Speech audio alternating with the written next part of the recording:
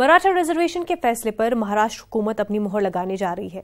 ऐसे में मुस्लिम रिजर्वेशन को यकीनी बनाने के लिए तमाम सेक्युलर पार्टियों और मुस्लिम अरकान को मुतहद होकर आवाज उठानी होगी। इन ख्यालात का इजहार MIM रुकन असेंबली इम्तियाज जलील ने किया। हमारे नुमाइंदे अजहरुद्दीन से इसी मामले पर इम्तियाज जलील ने खास गुफ्तगू की। मराठा रिजर्वेशन का मामला गरमा गया है। हमारे साथ MIM के रुकन असेंबली इम्तियाज जलील साहब हैं, उनसे इस मामले पर बात करते हैं। इम्तियाज साहब, महाराष्ट्र में मराठा रिजर्वेशन अपने चरम पर पहुंच गया है। गवर्नमेंट में उस ताल्लुक़ से अहवाल भी पेश कर दिया है, लेकिन मुस्लिम रिजर्वेशन के ताल्लुक़ से मुसलमान जो है तो बिल्कुल खामोश नज़र आ रहे हैं। क्या मामला है? देखिए, बहुत ही अफसोस की बात है कि मुसलमानों के ताल्लुक़ से जब कोई फ़ैसला लिया जाना होता है तो सरकारें चाहे किसी की भी हो, हमारे साथ जो रवैया है वो रवैया वैसा ही रहता है। अगर आप देखेंगे तो मुसलमानों के रिजर्वेशन के ताल्लुक़ से तो अदालत ने कहा था कि मुसलमानों को उनका जो सोशियो इकोनॉमिक स्टेटस है उसे देखते हुए कम से कम एजुकेशन के अंदर इनको 5% रिजर्वेशन मिलना चाहिए, ये अदालत ने कहा था। अदालत के कहने के बावजूद भी ये रिजर्वेशन आज तक हमको इसलिए नहीं मिला है कि जब ये फैसला आया था तब कांग्रेस और राष्ट्रवादी कांग्रेस की सरकार थी। मुसलमानों के सिर्फ वोट चाहिए, इनको रिजर्वेशन की बात नहीं। भाजपा और शिवसेना की जब सरकार आई तो हमने बहुत ज़ोरों से ये मांग को पकड़ा और हमने विधानसभा के अंदर, विधानसभा के बाहर कई सारे आंदोलन किए, कई रिप्रेजेंटेशन किए सरकार को कि मुसलमानों को रिजर्वेशन सरकार दे या ना दे, अदालत ने ये कहा है और उस अदालत के फैसले के ऊपर है तो आपको अमल करना चाहिए। सवाल ये है कि सेना और भाजपा कभी भी मुसलमानों के हक़ में कोई फ़ैसला लेना नहीं चाहती है, क्योंकि उनकी सोच ऐसी है कि मुसलमान तो हमको वोट देते नहीं है तो इनके लिए हम क्यों करें।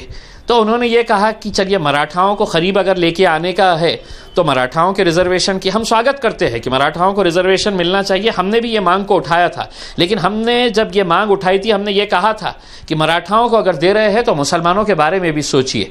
मराठाओं का रिजर्वेशन तो अदालत ने खुद खारिज किया था, लेकिन मुसलमानों के रिजर्वेशन के ताल्लुक से तो अदालत ने खुद कहा था। अब ये आज रिपोर्ट सबमिट कर दी गई है सरकार के पास। सरकार ये दावा कर रही है कि अगले कुछ दिनों के अंदर वो रिजर्वेशन के ऊपर फैसला ले लेगी।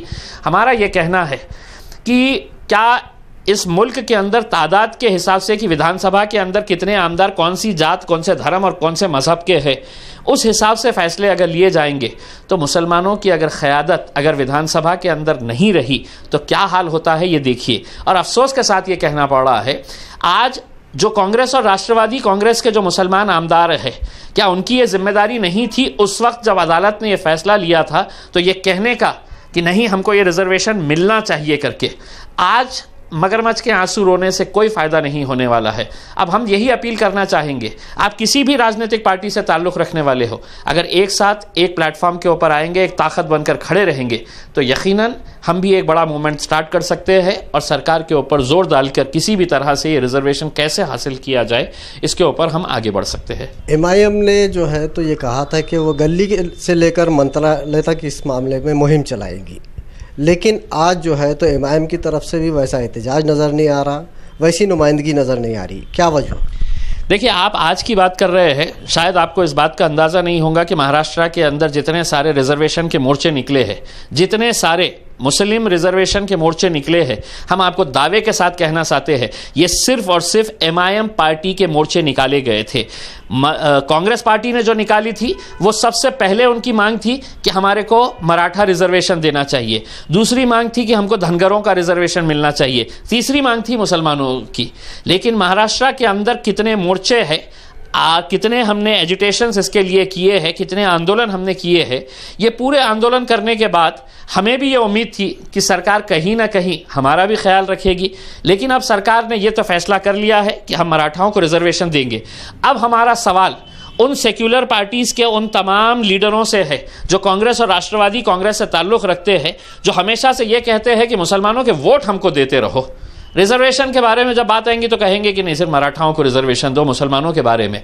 अब ये तमाम सेक्युलर पार्टी के जितने भी आमदार और जितने भी लोग बैठे हुए हैं विधानसभा के अंदर, उन्होंने ये मांग करनी चाहिए कि मराठाओं को रिजर्वेशन जिस दिन अनाउंस करेंगे उसी दिन मुसलमानों के रिजर्वेशन के बारे में भी सरकार ने फैसला करना चाहिए।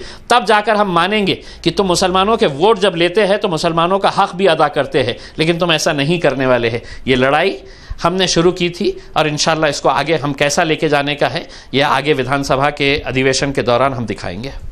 सर, मुस्तकबिल का लाए अमल क्या रहेगा रिजर्वेशन को लेकर एमआईएम? देखिए, अभी फिलहाल तो 19 तारीख से महाराष्ट्र की विधानसभा का अधिवेशन शुरू होने वाला है और उस अधिवेशन के अंदर हम जोरदार तरीके से ये मांग को उठाएंगे, पूरी ताकत के साथ उठाएंगे और सरकार को ये कहेंगे कि अगर आप ये फैसला इस वजह से कर रहे हैं कि कितने मराठा सड़क के ऊपर निकल आए और जितने सड़क के ऊपर निकल आए थे उसी वजह से अब हमने ये फैसला किया है कि हम मराठाओं को रिजर्वेशन दे देंगे, तो आप एक मौका हमें भी देकर देखिएगा। सड़क के ऊपर हम भी उतरेंगे और हम भी उतरने के बाद हम आपको दिखाएंगे कि हमारी तादाद कितनी है, उस हिसाब से फिर आपको भी फैसला लेने के लिए हम मजबूर करेंगे। ये थे इम्तियाज़ जलील साहब। इनका साफ कहना है कि अब ये लड़ाई जो है तो रास्ते पर लड़ी जाएंगी और मुस्लिम रिजर्वेशन के लिए पूरी शिद्दत से मुहिम चलाई जाएंगी। अजहरुद्दीन, न्यूज़ 18 उर्दू, औरंगाबाद। सबरीमाला मंदिर में तमाम उम्र की खवातीन के दाखिले पर तनाज़ा बरकरार है। इस दौरान आज भूमाता ब्रिगेड की बानी त्रिपति देसाई पुणे से केरला के कोची एयरपोर्ट पहुंच गई है, जहां उन्हें इंतजामिया ने रोक दिया है। त्रिपति ने कहा है कि उन्हें जान से मारने की धमकी दी जा रही है, इसलिए उन्हें सिक्योरिटी एयरपोर्ट के अंदर रोके हुए हैं। त्रिपति देसाई ने मजीद कहा है कि जब तक मंदिर में दाखिले की इजाजत नहीं दी जाएगी वो वापसी का टिकट नहीं कराएंगी। आपको बता दें कि आज मंदिर का दरवाजा सालाना पूजा के लिए खोला जाएगा। वाज़ेह है कि सुप्रीम कोर्ट ने गुज़िश्ता दिनों फैसले पर रोक लगाने से इनकार कर दिया था।